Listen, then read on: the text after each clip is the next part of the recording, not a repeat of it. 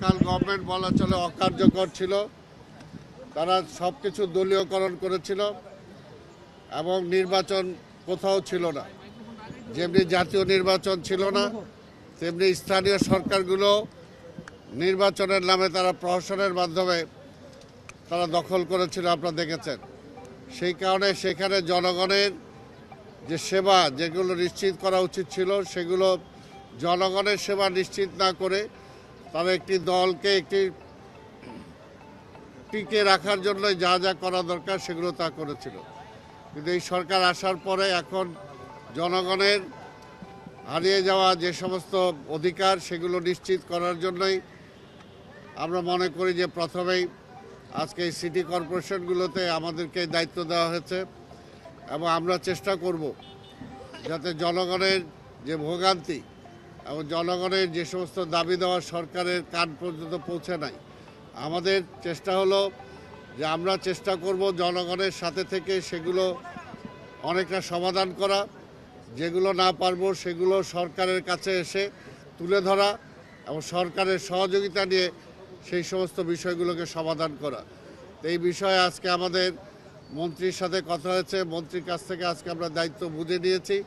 আর বুঝে নেওয়ার পরে আমাদের সরকার প্রধান মাননীয় প্রধানমন্ত্রী দেশনায়ক তারেক রহমান সাথে আমাদের কথা হয়েছে এবং প্রধানমন্ত্রী আমাদেরকে বলে দিয়েছেন, কিছু নির্দেশনা দিয়েছেন।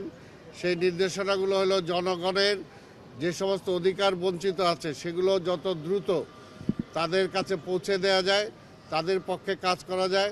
ইমিডিয়েট যে মশার যে সমস্যা আছে, ক্লিনিংয়ের যে সমস্যা আছে, নাগরিক যে আরও যে সমস্যা আছে, সেই সমস্যাগুলোকে উনি পিন পয়েন্ট করেছেন এবং আমাদেরকে বলেছেন যত দ্রুত সম্ভব এগুলোর ব্যাপারে কার্যকর ব্যবস্থা গ্রহণ করার জন্য।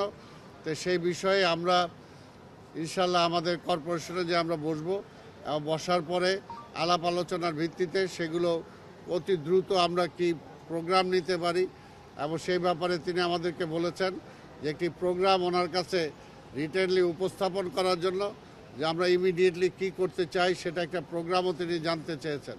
তা আমরাও সেটা উপস্থাপন করব। এই বিষয়গুলো আজকে আলোচনা হয়েছে। মাননীয় মেয়র, আপনার তো কাউন্সিলররা নাই, তাহলে আপনি কিভাবে এই জনসেবাটা নিশ্চিত করবেন? আমরা এগুলো প্রথমত কথা হলো যে প্রশাসনিক যারা আছে তাদের সাথে আগে আলোচনা করব। আমাদের সাথে তো জনগণের সাথে সম্পর্ক আছে, আমাদের গ্রাসরুট পর্যন্ত দল আছে।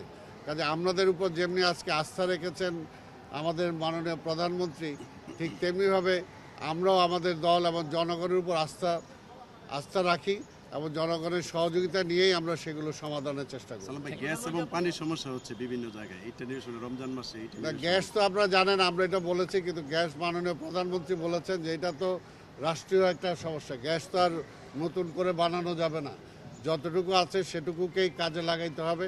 তারপর যদি নতুন গ্যাস কূপ খনন করে নতুন গ্যাস যদি আমরা আরও আহরণ করতে পারি তাহলে জনগণ উপকৃত হবে। সেই ব্যাপারে অবশ্যই সরকারের পক্ষ থেকে প্রচেষ্টা থাকবে।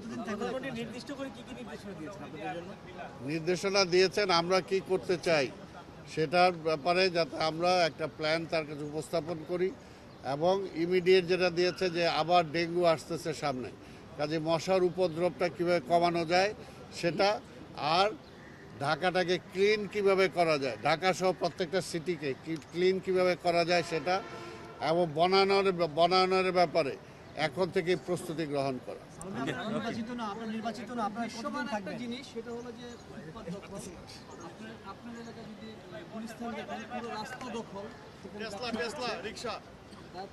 দখলের যে জায়গাটা সেটার জন্য আসলে কোনো প্ল্যানিং এর দরকার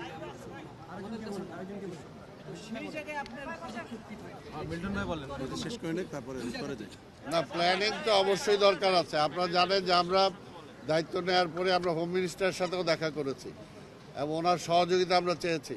এই সমস্ত বিষয়গুলো তো শুধুমাত্র সিটি কর্পোরেশনের পক্ষে একার পক্ষে সম্ভব না, সেখানে পুলিশের সাহায্য আমাদেরকে নিতে হবে। তো সেই ব্যাপারে ওনার সাথে আমরা কথা বলেছি। এখন রমজান মাস চলছে, সামনে ঈদ, এই সময় যাতে আবার জনগণের ভোগান্তিও না হয় সেই বিষয়টাও আমাদেরকে খেয়াল রাখতে হবে। কাজে সব কিছু চিন্তাভাবনা করেই যখন সিদ্ধান্ত নেয় আমরা সেটাকে কার্যকর করার জন্য চেষ্টা করি।